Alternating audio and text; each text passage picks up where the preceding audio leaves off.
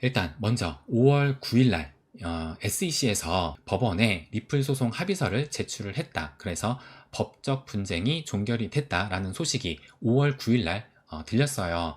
그러면서 이제 이 법원에다가 요청을 했던 것이 무엇이었냐면은 벌금을 원래는 1억 2,500만 달러였었죠.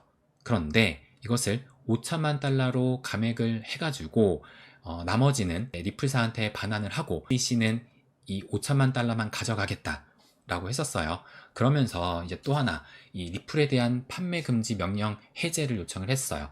그러니까 지금 이 판결 때 작년 2024년 8월 때 이 토레스 판사가 이 약식 판결을 또 이제 내렸었잖아요. 그때 이제 약식 판결을 내렸었던 그 주요 골자가 뭐였었냐면, 일단 XRP는 이 증권은 아니지만 그럼에도 일단 벌금은 내는데, 그 이유가 이것을 또 기업들, 기관들한테 판매한 것은 증권으로 볼 수 있다라고 하면서 그렇기 때문에 앞으로 그 기관들한테는 판매를 못한다. 그래서 금지 명령을 내렸었는데 이것까지 해제를 하는 그 요청을 5월 9일 날 내렸던 겁니다. 그런데 중요한 것은 5월 16일 날 이 토레스 판사가 그 합의에 대한 요청을 기각을 했었잖아요. 그러면서 그 이유를 지금 여기 보시는 것처럼 이 토레스 판사가 절차적인 오류가 있다라고 하면서 지금 5월 9일 날 제출했는데 16일 날 기각을 한 거니까 지금 봤을 때 일주일 후에 법원에서 기각 판결을 내렸다라고 볼 수가 있는 겁니다. 그래서 5월 9일 날 제출했는데 딱 일주일 만에 지금 기각 판결이 내려졌던 것인데, 그래가지고 지금 보시면 5월 16일 날 기각 요청이 나왔어요. 기각이 나왔어요. 기각 판결이. 그래서 6월 13일 날 우리나라 시간으로 이제 6월 13일 날 이 2차 공동 신청, 그러니까 A하고 이 리플이 법원에다가 소송 중단 및 벌금 반환을 요청을 한 시기가 우리나라 시간으로는 6월 13일인데 미국 시간으로는 6월 12일이에요. 그러면서 이번 요청은 사건을 합의를 하고 또 계류 중인 항소도 이제 종결을 하겠다라고 한 건데, 그래서 6월 13일 날 제출했으니까 오늘이 6월 25일이잖아요. 그렇다면은 이제 2차 공동 신청 후 요것을 제출한 이후로 12일 정도 현재 지난 시점인데, 그런데 여러분도 아시는 것처럼 아직까지 그 판결이 지금 나오지를 않고 있는 겁니다. 그런데 이 와중에서 얼마 전에 또 요 소식이 나왔었어요. 6월 17일 날 미국의 SEC와 리플사가 법원에 항소 보류 요청서를 재차 제출했는데, 그래서 이게 지금 이 소식이 들리게 되면서 소송이 또 질질 끌리게 되는 것이냐. 그래서 이때 막 제출이 되고 나서도 저도 갸우뚱했거든요. 이걸 지금 이 시점에서 왜 제출하지? 이게 무슨 의도지? 그래서 이것이 뭔가 소송을 질질 끌려고 하는 것이 아닌가라는 그런 얘기가 저희 멤버십 소통방에서도 막 계속 서로 또 오고 가고 있었거든요. 그래서 지금 여기 보시는 것처럼 요것을 제출했기 때문에 SEC는 8월 15일까지 진행 상황 보고서를 또 법원에다가 제출을 해야 된다. 라고 또 이제 이렇게 기사가 나왔어요. 그렇다면은 6월 17일 날 왜 갑자기 이 항소 보류 요청서를 제출을 한 것이냐, 왜 제출을 한 것이냐, 그 이유가 무엇이냐면 제가 명확하게 알려드릴게요. 4월 11일 날, 지금 4월 11일이니까는 대략적으로 한 2달이 조금 넘었죠. 그 당시에 이 SEC하고 리플이 법원에다가 항소 보류 요청서를 제출을 했었거든요.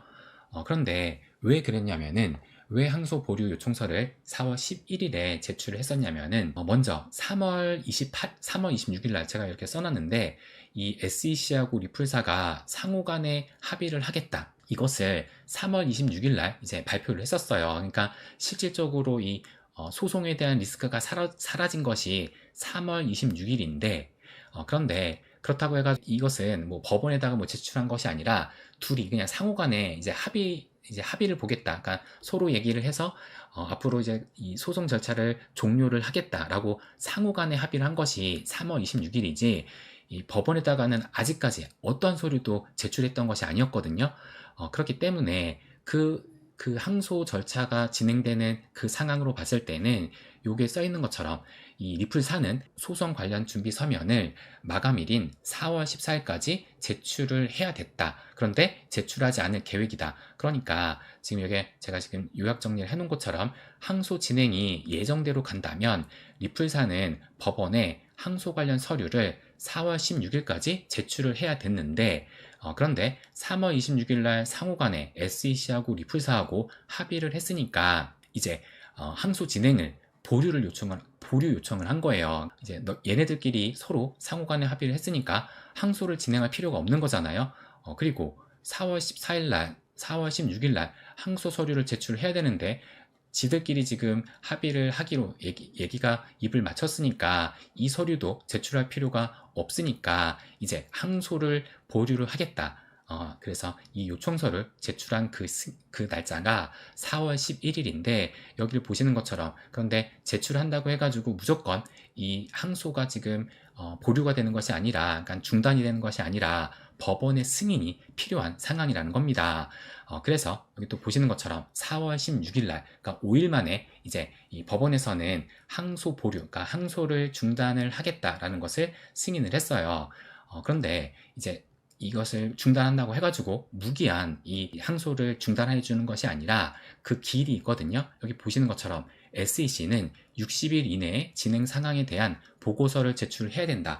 그러니까 이 60일 이내니까 4월 16일에다가 60일 두 달을 더하게 되면은 그 60일이 6월 16일이 되는 거잖아요. 그런데 지금 이제 조금 전에 보셨던 것처럼 6월 13일 날 이 토레스 판사한테 2차 공동 신청을 지금 그걸 냈지만 아직까지 토레스 판사가 최종 판결이 나오지 않았잖아요.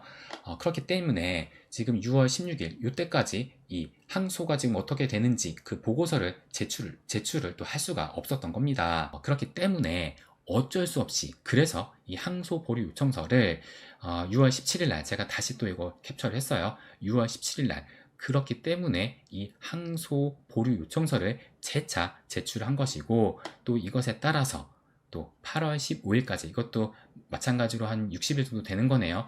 두 달을 더한 거니까 8월 15일까지 진행 상황 보고서를 제출을 해야 된다.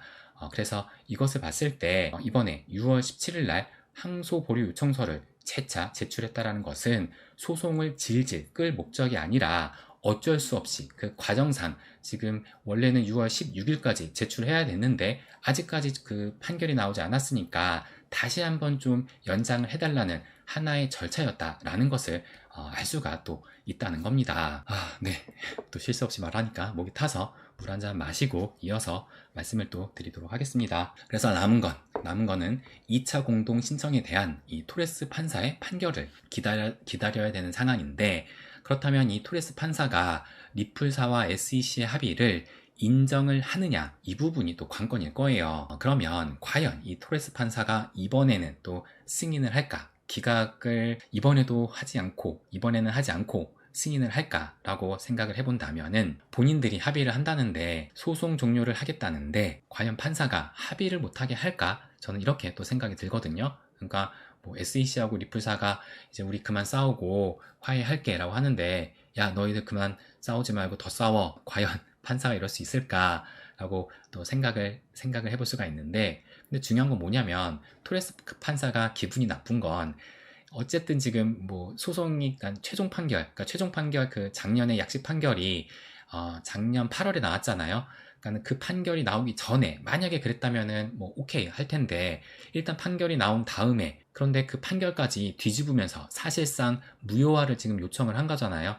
그러니까 벌금도 뭐 1억 2,500만 달러에서 뭐 5천만 달러만 받고 나머지는 다시 돌려줘라 라고 또 지들 맘대로 바꾸고 또 판매 금지 판매 금지를 했던 것도 그 판결을 내렸던 것도 해제를 지금 요청을 한 상황이기 때문에 어쨌든 토레스 판사 입장에서는 자신의 판결을 무효화할 정도로 지금 뭐 이것을 갑자기 또 종결을 하겠다라는 것이 좀 기분이 나쁜 것이 아닐까라고 또 생각이 듭니다. 그래서 이 토레스 판사가 이것에 대해서 좀 자신의 판결을 진짜 좀 아예 그냥 뒤바꾸면서, 그러니까 뒤집으면서 판결을 내릴지, 아니면은 약간 또 나름대로의 수정을 할지, 뭐 거기까지는 모르겠어요. 그런데 그럼에도 이제 토레스 판사도 이 시대의 흐름을 좀 읽는 판사라면, 그러니까 SEC가 갑자기 지금 이 왜 태세가 돌변이 됐는지 토레스 판사도 알고 있다면, 그러니까 뭐 결정적인 것은 이 트럼프가 또 집권을 하게 되면서 암호화폐에 대한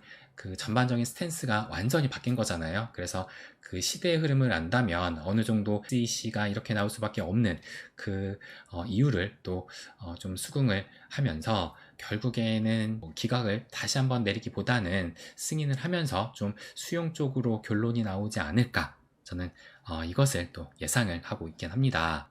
그렇다면 또 중요한 것은 아직까지 지금 판결이 지금 12일 정도가 나왔는데 이 판결이 지금 나오지 않고 있잖아요. 그렇다면 이 토레스 판사의 판결은 과연 언제쯤 나올까? 그래서 제가 이것을 또 챗 GPT한테 물어봤습니다.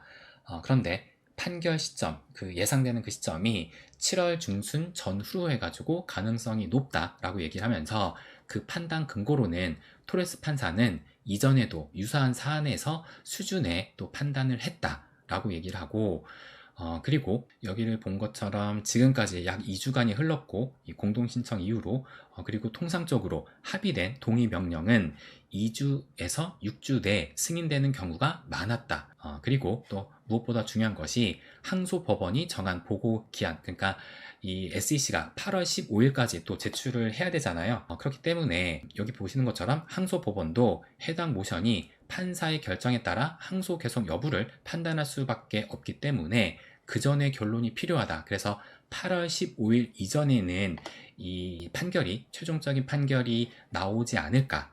이렇게 이 챗 GPT는 예상을 하고 있다는 겁니다. 그래서 결론적으로 현실적인 전망이 어떠하느냐. 일단 유력한 사항은 2025년 7월 5일에서 한 20일 사이에 요 판결이 지금 나오지 않을까. 그 이후로는 법원이 검토에 충분한 시간을 확보를 했고 또 합의된 그 내용이기 때문에 지연의 이유가 없다라고 지금 보고 있고, 만약에 지연될 경우에는 8월 초까지는 나오지 않을까. 왜냐하면 8월 15일 항소법원 보고서 제출 이전까지는 결정 없으면 항소법원도 판단 유보되기 때문에 8월 초까지는 나올 수 있지 않을까. 지금 이렇게 예상을 하고 있다는 겁니다. 그래서 뭐 어쨌든 뭐 7월에 나오든 아니면은 8월에 나오든 나오기만 한다면 지금 거의 5년 만에, 그러니까 2020년 12월에 크리스마스를 이틀인가 3일 앞두고선 이 SEC가 소송을 건 거였었거든요. 그렇다면은 지금 거의 5년 만에 이 소송이 완벽하게 지금 종결이 되는 것인데, 그러면 소송이 완전히 종결이 됐으면 이거에 따라서 과연 상승이 나올까? 아마 이 부분이 여러분들은 가장 또 궁금하시리라 생각이 듭니다. 그러면 이것도 제가 말씀을 좀 드리면, 일단 상호 간의 그 합의 날짜가 3월 26일이라고 제가 조금 전에도 말씀을 드렸잖아요. 그래서 보시는 것처럼 3월 26일 날에 이 리플사가 미국의 SEC 상대로 교차 항소 취하에 합의를 했다라고 했어요. 그래서 이때 이 3월 26일 이때에 이미 소송 리스크는 해소가 되었는데, 그런데 이때 이후로 지금 가격이 오히려 하락하는 그 흐름이 나왔었잖아요. 그런데 예상 밖에 지금 이 소송이 지금 그 종결되는 과정이 순탄하지 않다라는 것을 아마 여러분도 또 느끼실 겁니다. 그렇기 때문에 순탄하지 않은 과정을 통해서 결국에는 이 소송 종결로 이어지게 된다면 이것은 가격 상승의 좀 요인이 될 수 있지 않을까라고 생각이 들고, 그리고 이것은 XRP ETF에 대한 그 기대감도 함께 커지면서 상승이 나올 수 있지 않을까라고 저는 또 생각을 합니다. 그래서 XRP ETF가 지금 현재 SEC가 또 심사 중에 있잖아요. 그래서 최종 그 데드라인이 지금 10월로 예상을 하고 있거든요.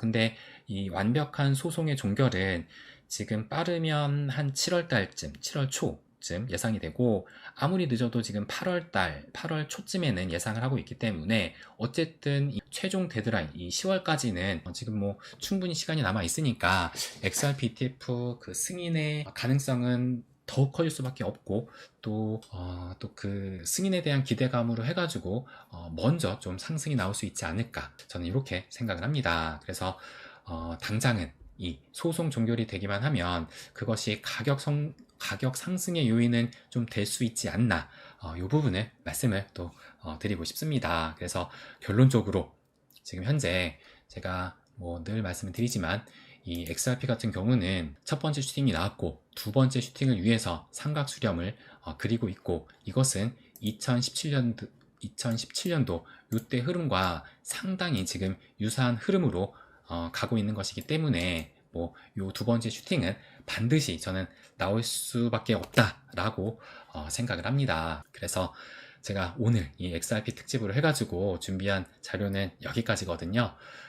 그렇다면은 이제 여러분들이 또 채팅방에 뭐라고 말씀하셨는지 이걸 살펴보고선 궁금하신 점이 있으시면 지금 질문 주시면 제가 몇 가지만 받아보고 이제 오늘의 영상을 또 마무리를 하도록 하겠습니다.